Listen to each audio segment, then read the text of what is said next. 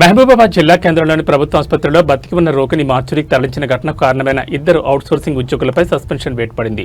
Supervisor, security గార్డును ఉద్యోగం నుంచి తొలగించారు. ఈ క్రమంలోనే ఆసుపత్రిలోని డాక్టర్లతో ఎమ్మెల్యే డాక్టర్ మురళీ నాయక్ సమీక్ష సమావేశం నిర్వహించారు. అనంతరం ఆయన మాట్లాడుతూ రాజు అనే పేషెంట్ క్యాంటీన్ వద్ద పడిపోగా చనిపోయాడని, క్యాంటీన్ సిబ్బంది భయపడ్డారని, కేసు తమపైకి వస్తుందని భయంతో మార్చురీకి తరలించారని తెలిపారు. ఈ విషయంపై ఆరోగ్య శాఖ మంత్రి దామోదర్ రాజనరసింహ తనతో మాట్లాడారని చెప్పారు. అలాగే డిఎంఈ బృందం విచారణ చేశారన్నారు.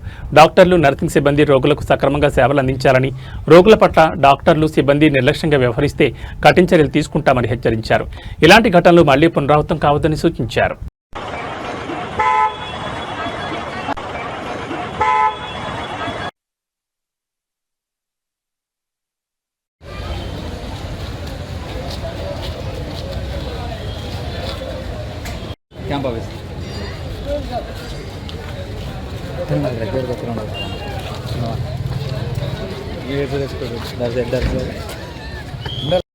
గ్రూప్ లేనది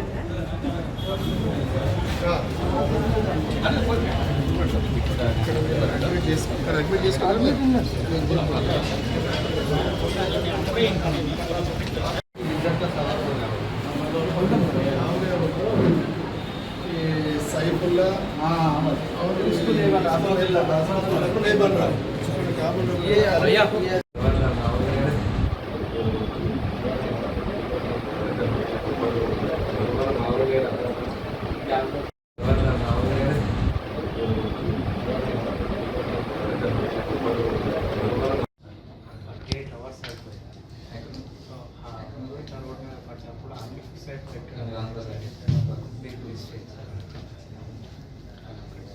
సీఎం పర్మిషన్ లేకుండా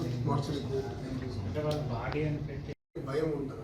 అది వాడు ఏం చేస్తాడు, ఆ బాడీ లోపలికి తీసుకొచ్చి బయట ఆపి ఉట్టుకొని వస్తాడు. సీఎం కన్సర్న్ డాక్టర్ చెప్తాడు. అప్పుడు మీరు చూసి అట్లీస్ట్ మీరు పల్స్ ఉందా లేదా ఏదో ఒకటి చూస్తారు. చూసి వాటికి సెన్స్ లేదు, is not doctor or is not medical. ఆయన ఏం చేస్తాడు, అదే కనుక మరో లేకుంటే ఫస్ట్ సీఎం దగ్గర తీసుకెళ్ళి ఈసీజీ లేదా తీపిచ్చి చనిపోయినా బతికినా టెస్ట్ చేసి తర్వాత మార్చి షిఫ్ట్ చేసేవాడు. ఎందుకంటే రోజుకి system is getting collapsed. If you can't saturate the situation, ఎందుకంటే రోజుకి అన్నోన్ బాడీస్, బ్రాడెడ్ బాడీస్ ఏదైనా సరే ఇక్కడ తీసుకొచ్చి వదిలేసినప్పుడు హాస్పిటల్ స్టాఫ్ తీసుకొస్తారు. దీనికి సంబంధించి మనకి చైన్ ఆఫ్ కస్టడీ మెయింటైన్ చేయాలంటే ఫస్ట్ అంటే మేము ప్రొసీజర్ అంతా కంప్లీట్ చేసి ప్రొసీజర్ అయిపోయాక మేము ఏమేమైతే శాంపుల్స్ తీసుకున్నాము, విజరా samples, HP, anything, bones or anything, దానికి సంబంధించి వీళ్ళు లోపలికి తీసుకొచ్చి బయట ఆపి ఉట్టుకొని వస్తాడు. సీఎం కన్సర్న్ డాక్టర్ చెప్తారు. అప్పుడు మీరు చూసి అట్లీస్ట్ మీరు పల్స్ ఉందా లేదా ఏదో ఒకటి చూస్తారు. చూసి వాటికి సెన్స్ లేదు, is not doctor or is not medical. ఇట్లా పెట్టిన వాళ్ళేమో పడుకోబెట్టిన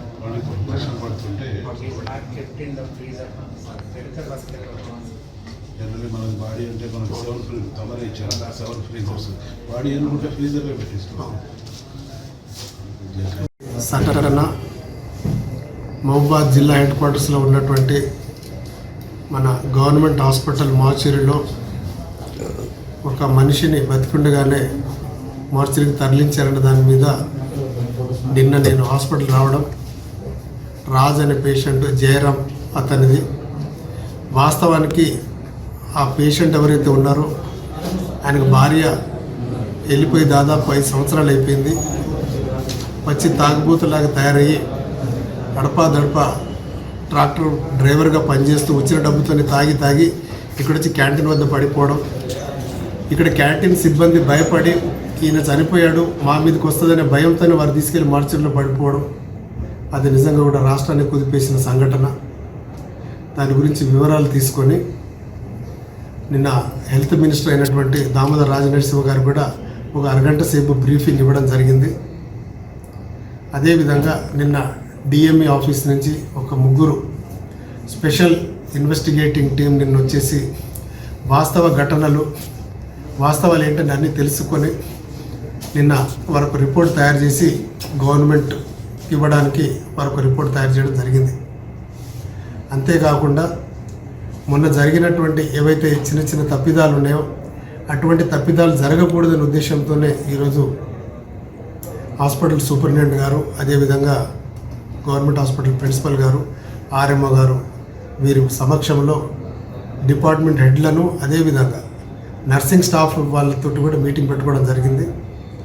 వాస్తవానికి నర్సింగ్ స్టాఫ్లో కూడా తీవ్ర అశ్రద్ధ ఉంది.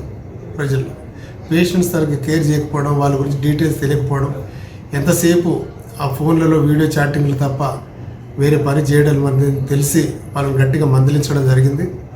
అదేవిధంగా డాక్టర్ల విధులు ఎక్కడైనా నిర్లక్ష్యం జరిగితే తీవ్ర యాక్షన్ ఉంటాయని చెప్పేసి వాళ్ళు కూడా ఇప్పుడు వాళ్ళకు వార్నింగ్ కూడా ఇవ్వడం జరిగింది. ఈ రివ్యూ మీటింగ్ తర్వాత కొంత ఇంప్రూవ్మెంట్ వస్తుంది. అదేవిధంగా ఏదన్నా కూడా మార్చరీకి ఏ బాడీ పోయినా ఇక్కడ ఉన్నటువంటి సీఎంఓ సర్టిఫై చేసి కీస్ ఇస్తేనే మార్చరీ తాళాలు తీయాలని చెప్పడం జరిగింది. ఎందుకంటే అక్కడ ఆ దోబీ పనులు ఎవరైతే చేస్తున్నటువంటి 2 వ్యక్తులు ఉన్నారో వాళ్ళకి సంబంధించినటువంటి ఆ క్లీనింగ్కి సంబంధించిన సామాన్లంతా మార్చిలో పెట్టుకోవడంతో వారు కూడా ఒక తాళం ఇవ్వడం తోటి ఇది జరిగినటువంటి అనర్థం. సో అందుకే ఇప్పుడు ఏదున్నా అక్కడ ఉన్నటువంటి